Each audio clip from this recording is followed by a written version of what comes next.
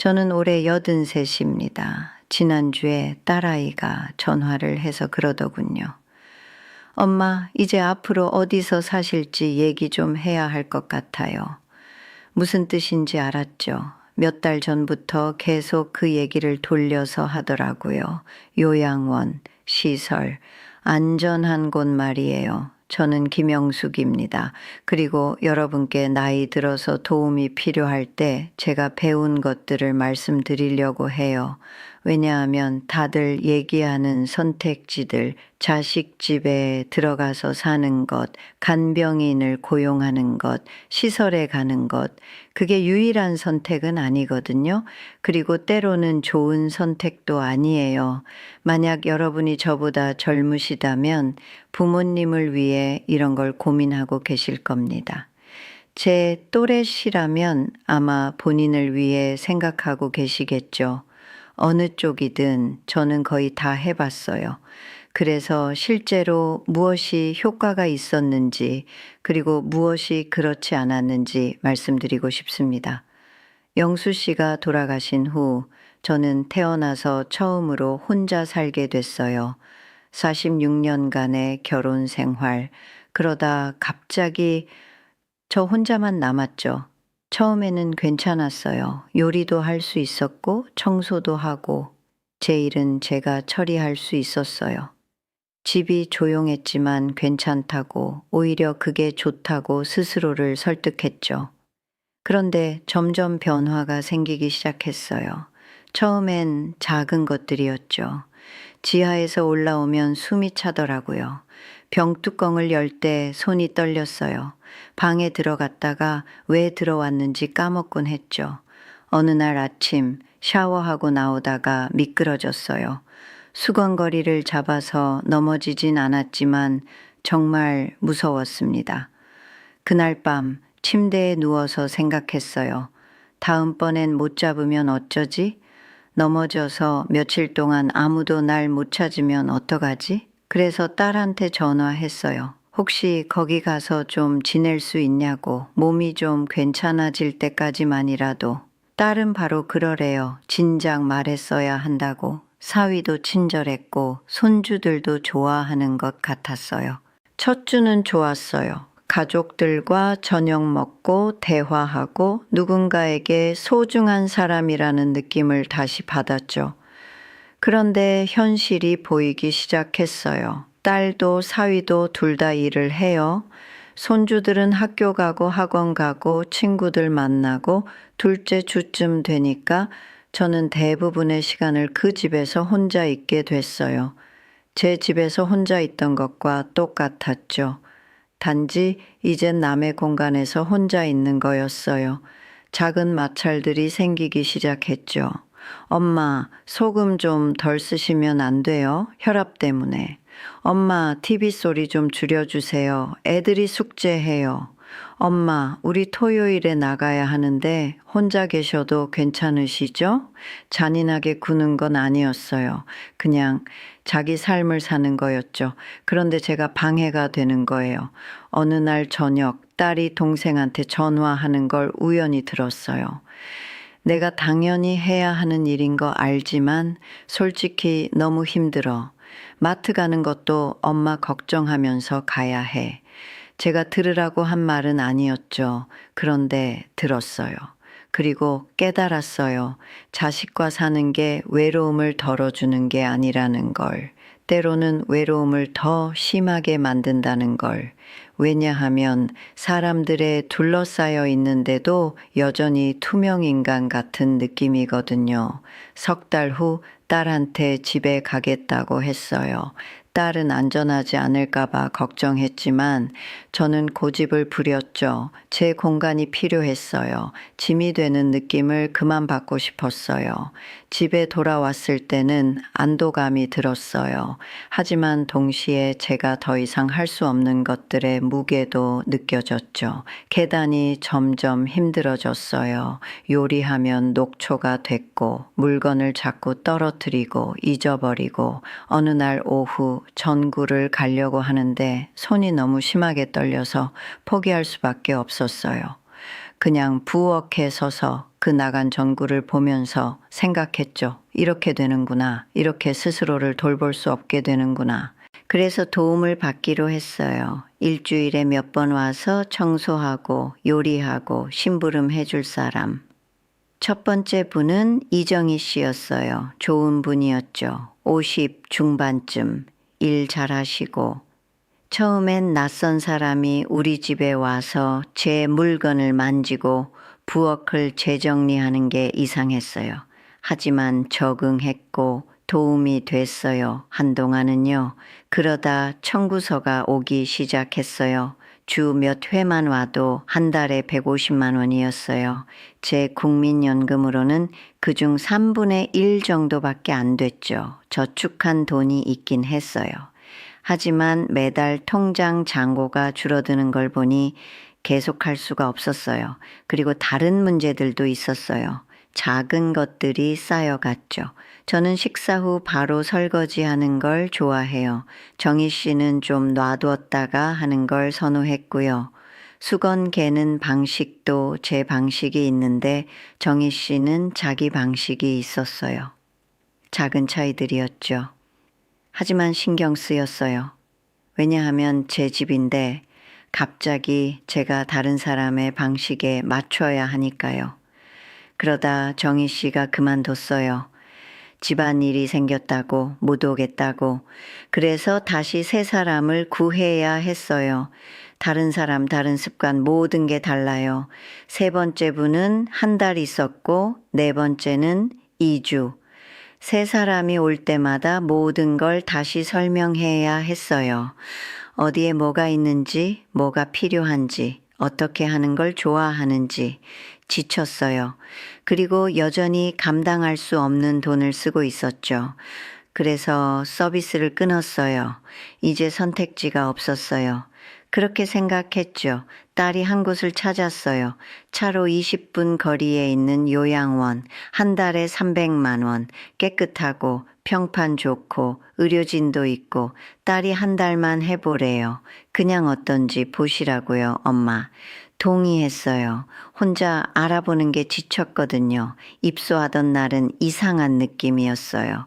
호텔 체크인 하는 것 같은데 떠나지 않는 거죠. 제 방은 작았어요. 깨끗하지만 개성이 없었죠. 집 같지 않았어요. 처음 며칠은 괜찮았어요.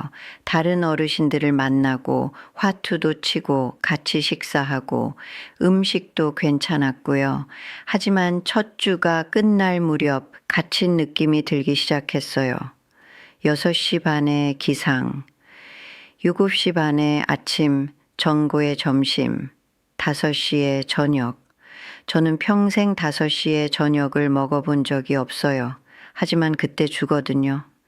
저는 밤늦게 책 읽는 걸 좋아해요. 평생 그랬어요. 하지만 9시가 되면 복도불이 어두워져요. 제 방에서 불빛이 새어나가면 누가 노크를 하죠. 김영숙님, 이제 주무실 시간이에요. 주무실 시간. 저는 83이에요. 80년 동안 제 결정을 내려왔어요. 그런데 이제 낯선 사람이 언제 자야 하는지 알려주네요. 어느 날 저녁 밖에 나가고 싶었어요. 날씨가 너무 좋았거든요. 시원한 바람, 맑은 하늘, 문 쪽으로 갔는데 직원이 저를 멈추더군요. 김영숙님, 외출 시간은 7시에 끝났어요. 안전규정이에요. 안전규정. 그 두 단어가 제 감옥이 됐어요. 최악은 저는 그렇게까지 아프지도 않았다는 거예요. 걸을 수 있고 정신 멀쩡하고 스스로를 돌볼 수 있었어요. 하지만 여기서 저는 모든 독립성을 잃은 것처럼 살고 있었죠. 3주 후 딸한테 전화했어요. 나가겠다고. 엄마, 한 달 해보신다고 하셨잖아요. 이건 사는 게 아니야. 우리에 갇혀 편한 것보단 집에서 힘들게 사는 게 낫겠어. 나오던 날 햇살이 더 밝게 느껴졌어요. 공기가 더 신선했고요. 다시 자유로워졌어요. 하지만 집에 돌아와도 똑같은 문제들이 있었어요. 여전히 혼자서는 모든 걸 감당할 수 없었고, 여전히 쉽게 지쳤고, 물건을 떨어뜨렸고, 가끔 무서웠어요. 모든 걸 다 해봤어요. 가족과 사는 것, 간병인, 요양원, 아무것도 맞지 않았죠. 며칠 동안 그냥 앉아 있었어요. 창문으로 동네를 바라보며 다음엔 뭘 해야 할지 고민했죠. 그러다 어느 날 오후 모퉁이에 있는 작은 슈퍼에 걸어가고 있었어요. 큰 마트는 이제 너무 멀어요. 세 블록 떨어진 작은 가게로요. 옆집 박미영 씨를 지나쳤어요. 두 집 건너 사는 분이에요. 젊은 여자분, 한 40쯤. 항상 스트레스 받아 보여요. 전화 통화 중이었어요. 왔다 갔다 하면서. 내가 또 일찍 퇴근할 수가 없다니까. 지난주에도 팀장님이 뭐라 하셨어. 전화를 끊더니 울 것 같은 표정이었어요. 저는 그분 사정을 알았어요. 싱글맘이고 풀타임으로 일하고 딸이 한 7살인가 8살, 별 생각 없이 다가갔어요. 실례지만 미영 씨 맞죠? 혹시 따님 학교 데려오는 거 필요하시면 저 어차피 매일 학교 앞으로 산책하거든요. 놀란 표정이었어요. 아, 그런 걸 어떻게 부탁드려요? 부탁하시는 게 아니라 제가 제안하는 거예요. 망설이더니 정말 괜찮으세요? 괜찮아요. 따님 이름이 뭐예요? 최지아요. 초등학교 2학년이에요. 내일 3시에 거기 있을게요. 그렇게 시작됐어요. 다음 날 지아를 데리러 갔어요. 같이 걸어 집으로. 지아는 내내 선생님, 친구들 하고 있는 프로젝트 얘기를 했어요. 미영 씨가 5시에 퇴근해서 집에 왔을 때 반찬 통을 들고 문을 두드렸어요. 반찬 좀 많이 했어요. 받아주세요. 거절하려고 했죠. 그럴 필요 없어요. 어머님이 저 도와주시잖아요. 저도 도와드릴게요.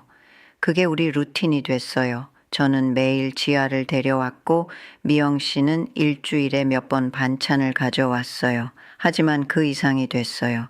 미영 씨 남편 출장 사이사이 집에 있을 때 제 새는 수도꼭지를 고쳐줬어요.